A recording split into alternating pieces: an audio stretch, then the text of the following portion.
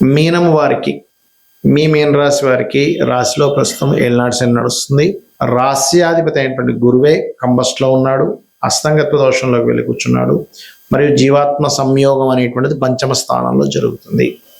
మీకు రాశి దశమాధిపతి గురువు అస్తంగత్వ దోషంలో ఉంటూ జీవాత్మ సంయోగం పంచమంలో జరుగుతున్నందుకు మీకు కలిగే ఫలితాలు ఏమిటి, ఏ దేవత ఆరాధన చేయాలి, ఎటువంటి విషయాల పట్ల మీరు జాగ్రత్త వహించాలి, మీ జన్మజాతకంలో పర్సనల్ చార్ట్లో కనుక ఏదైనా ఒక గ్రహం అస్తంగత్వ దోషంలోకి వెళ్ళిపోయినప్పుడు మీకు కలిగేటువంటి ఫలితాలు ఏమిటి అనేటువంటి అంశాలు సర్వసాధారణంగానే ఇక్కడ ఏంటంటే గురువు మౌఢ్యమిలో ఉన్నప్పుడు కొన్ని శుభకార్యాలు చేయలేదు, అందరికీ తెలిసిందే. కాకపోతే ఇక్కడ మనం చెప్పుకునేది మీ పర్సనల్ చార్ట్కి ఎలా ఉంటుంది అనేటువంటిది. అయితే ఈ యొక్క విషయాలు చెప్తుంది నేనైనప్పటికీ చెప్పిస్తుంది సాక్షాత్ లలిత అమ్మవారిగా భావిస్తూ ఆ లలితాంబిక అమ్మవారి యొక్క అనుగ్రహం మీకు పరిపూర్ణంగా కలగాలని మనస్ఫూర్తి కోరుకుంటూ, ఇక్కడ జీవుడి యొక్క వృత్తికారకుడైనటువంటి గురువు పంచమ స్థానంలో రవి ద్వారా మౌఢ్యమిలోకి అస్తంగత్వ దోషంలోకి వెళ్తున్నాడు గోచారంలో. కాబట్టి ఒక్కొక్కసారి తీసుకునే నిర్ణయాల విషయంలో ఏదో గొప్ప నిర్ణయం తీసుకున్నాం కదా ఉద్యోగం విషయంలో అనుకుని రాంగ్ స్టెప్స్ పడుతూ ఉంటాయి. ఇది చాలా చాలా జాగ్రత్తగా ఉండండి. అందులో మెడికల్ రిలేటెడ్, టీచింగు, ట్రైనింగు, ఈ రంగాల్లో ఉండేటువంటి వారు ప్రత్యేకంగా ట్రాన్స్పోర్టేషను, ఏదో మొన్న ఒకసారి ఒక జాతకం చూసినప్పుడు ఆర్టీసీలో చేసేవాళ్ళు మానేసి ఎందుకంటే ఇంకా పెద్ద జాబ్ వస్తుంది కానీ మానేసినందుకు తర్వాత చాలా ఇబ్బంది పడ్డారు. అలా ఏంటంటే ఒక్కొక్కసారి ప్రభుత్వ ఉద్యోగాలనే మానేయాలనిపించడం, బద్దకించడం. ఎందుకంటే రాశిలో శని సంచారం జరుగుతుంది కదా, ఏలినాటి శని.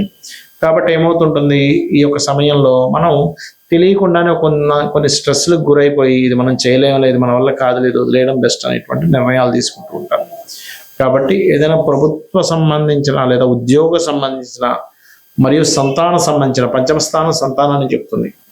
అదేవిధంగా ఎవరితోనైనా మీరు స్నేహం కోసం వెళ్తూ వాళ్ళ స్నేహాన్ని మీరు కావాలనుకుంటూ ఉంటారు. అటువంటి విషయాల్లోని షేర్ మార్కెట్ విషయాల్లో మీ ఉద్యోగంలో ఎవరో ఏదో షేర్ మార్కెట్లో డబ్బులు వచ్చాయి అని మీరు పెట్టడం, దాని గురించి పూర్తి అవగాహన లేకుండా చేయకండి దయచేసి.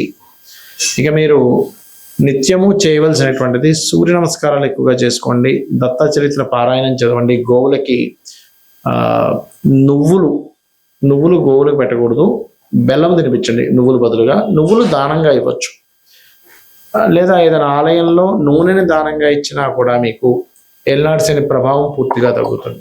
కాకపోతే ఎప్పుడైతే ఈ పంచమ స్థానంలో ఉన్నాయో ఈ గ్రహాలు చర్రాశిలో ఉన్నందుకు ఉద్యోగంలో విదేశాలకు వెళ్ళి ఉద్యోగం చేద్దాము, విదేశాలకు వెళ్ళి అక్కడ ఏదైనా మనం ప్రయత్నం చేద్దాం అనుకునేటువంటి వారు మాత్రం బాగుంటుంది. కాకపోతే IVFలు, IUIలు చేయించుకునేటువంటి వారు, రాజకీయ ప్రవేశం చేద్దాం అనుకునేటువంటి వారు కొంచెం జాగ్రత్తగా ఉండాలి. ఎందుకంటే పంచమం రాజకీయ స్థానము, అక్కడ గురువు అస్తంగత్వ దోషంలోకి వెళ్ళాడు. కాబట్టి ఇవి చేయండి, మీకు అన్ని విధాలా బాగుంటుంది. గోచారంలో జరిగేటువంటి గురువు కానీ శుక్రుడు కానీ ఉన్నప్పుడు దాన్ని మౌఢ్యమే అంటారు. మన జన్మజాతకంలో ఏదైనా ఒక గ్రహం గనక సూర్యుడికి దగ్గర డిగ్రీల్లో, అంటే మౌఢ్యమి కానీ ఇవన్నీ ఎందుకు వస్తాయి అంటే 8 డిగ్రీల లోపల కనుక ఉన్నట్లయితే, 8 నుంచి లోపల ఉన్నట్లయితే దాన్ని మౌఢ్యమి, అస్తంగత్వ దోషము అంటారు పర్సనల్ చార్ట్లో. ఇలా అస్తంగత్వ దోషాల్లో మనకి బుధుడు తప్ప మిగతా గ్రహాలన్నీ అస్తంగత్వ దోషంలోకి వెళ్ళిపోతాయి. బుధుడు కూడా వెళ్తారు కానీ అంత ఎక్కువగా వెళ్ళదు, బుధుడు యొక్క ప్రభావం ఉండదు. అయితే ఇక్కడ మనం ఒక్కొక్క గ్రహము అస్తంగత్వంలోకి వెళ్ళడం వలన ఒక్కొక్క ఫలితాలు వస్తాయి. ఆ విషయాలు జాగ్రత్తగా ఉండాలి. మీ పర్సనల్ చార్ట్లో గుర్తుపెట్టుకోండి. అది భావన ఏ భావంలో ఉందనేది వంటిది 12 భావాలు చూసుకుంటూ ఒక్కొక్క గ్రహం బట్టి కూడా ఉంటుంది. ఉదాహరణకి గురువే అనుకుందాం. మీ జన్మజాతకంలో గురువు ఏ ఆధిపత్యం వహించాడో, గురువు కనుక ఒకవేళ అస్తంగత్వ దోషం ఏర్పడితే ఏమవుతుంది అంటే, మీరు ఏదైనా స్కూల్స్, కాలేజ్ నిర్వహణ చేసేటప్పుడు కొన్నిసార్లు ఒక్కోసారి చూడ మనం బంగారం కొంటూ ఉంటాం. గురువు అస్తంగత్వ దోషంలో మీ జన్మజాతకంలో ఉన్నట్లయితే గోల్డ్ మీద ఇన్వెస్ట్మెంట్ చేయడం అంత శ్రేయస్కరం కాదు. పర్లేదండి రవి బాగున్నాడు అన్నప్పుడు కొంతవరకు 50-50గా ఉంటుంది. రవి కూడా పాడైపోయి గురువు కూడా పాడైతే గోల్డ్ మీద ఇన్వెస్ట్మెంట్స్ అనేవి చేయకూడదు, అస్తంగత్వ దోషంలో ఉన్నా గురువు లేదా పాపకత్తిలో ఉన్నా. అదేవిధంగా కొన్నిసార్లు అమావాస్య యోగంలో పుడుతూ ఉంటారు కదా, అంటే అప్పుడు చంద్రుడు చాలా క్లోజ్ డిగ్రీల్లో సూర్యుడి దగ్గరికి వచ్చేసాడు, చంద్రుడేమో క్షేణ చంద్రుడే. అలాంటప్పుడు ఏంటంటే మీరు అమావాస్య నాడు పితృదేవతా సంబంధించిన కార్యక్రమాలు చేయడము, మరియు అదేవిధంగా మరొక విషయం ఏంటంటే ఇక్కడ వీటితో పాటు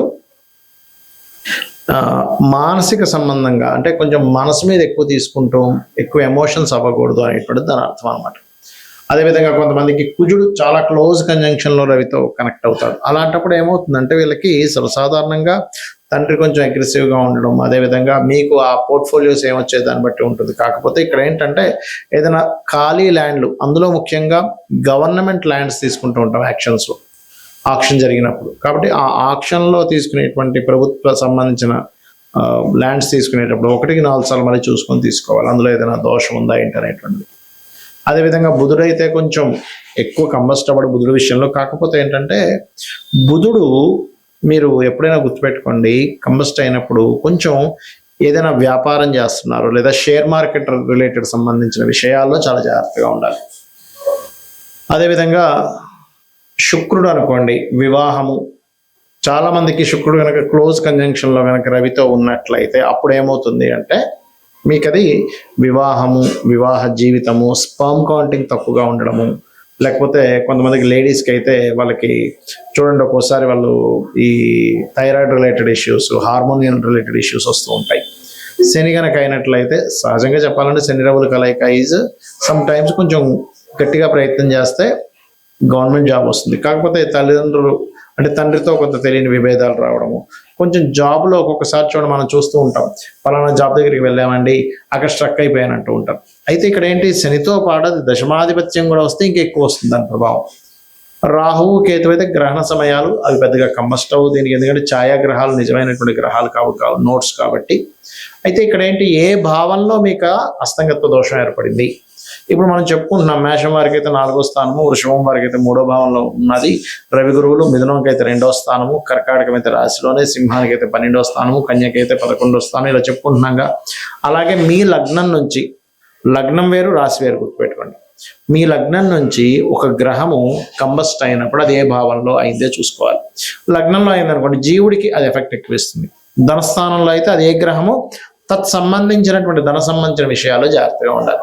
3 అయితే అన్నదమ్ములు కమ్యూనికేషన్స్ విషయాల్లో, 4 అయితే ప్రాపర్టీస్ కొనుగోలు చేసే విషయంలో, 5 అయితే సంతానం విషయంలో లేదా ప్రేమ వ్యవహారాల విషయంలో, ఏదో ప్రేమ వ్యవహారాలకు సంబంధించిన విషయాల్లో వెళ్ళి విరుక్కుపోవడం ఇట్లాంటివి జరుగుతూ ఉంటాయి. అదేవిధంగా 6 అనుకోండి, రుణాలు ఇవ్వడం, రుణం తీసుకోవడం వల్ల. 7వ అయితే వివాహం ద్వారా కొంతమందికి ఏదో స్ట్రక్ అయిపోయినట్టుగా అయిపోతాయి కొన్ని లైఫ్స్. 8వ అయితే తాతగారు ఆస్తి, కొంత రీసెర్చెస్ వల్ల రీసెర్చ్ అవ్వకపోవడం వల్ల మేము స్ట్రక్ అయిపోయాను అని ఇలా ఉంటూ ఉంటుంది. 9వ స్థానం అయితేనేమో తండ్రి స్ట్రక్ అయిపోవడము, అంటే తండ్రి అతని లైఫ్లో చాలా విషయాలు స్ట్రక్ అయిపోయినట్టుగా మనం తీసుకోవాలి. అదేవిధంగా హైయర్ ఎడ్యుకేషన్ బ్యాక్లాగ్స్ ఉండిపోవడం, ముందుకు కదలకపోవడం, ఏదో కారణాల వల్ల ఇబ్బంది వస్తూ ఉంటుంది. 10వ స్థానం అయ్యి అందులో ముఖ్యంగా శని అయితే వీళ్ళు ఉద్యోగం చేసే విషయంలో ముందుకు వెళ్ళలేకపోతుంటారు. అప్పుడు వ్యాపార యోగం ఏమైనా ఉందేమో చూసుకోవాలి.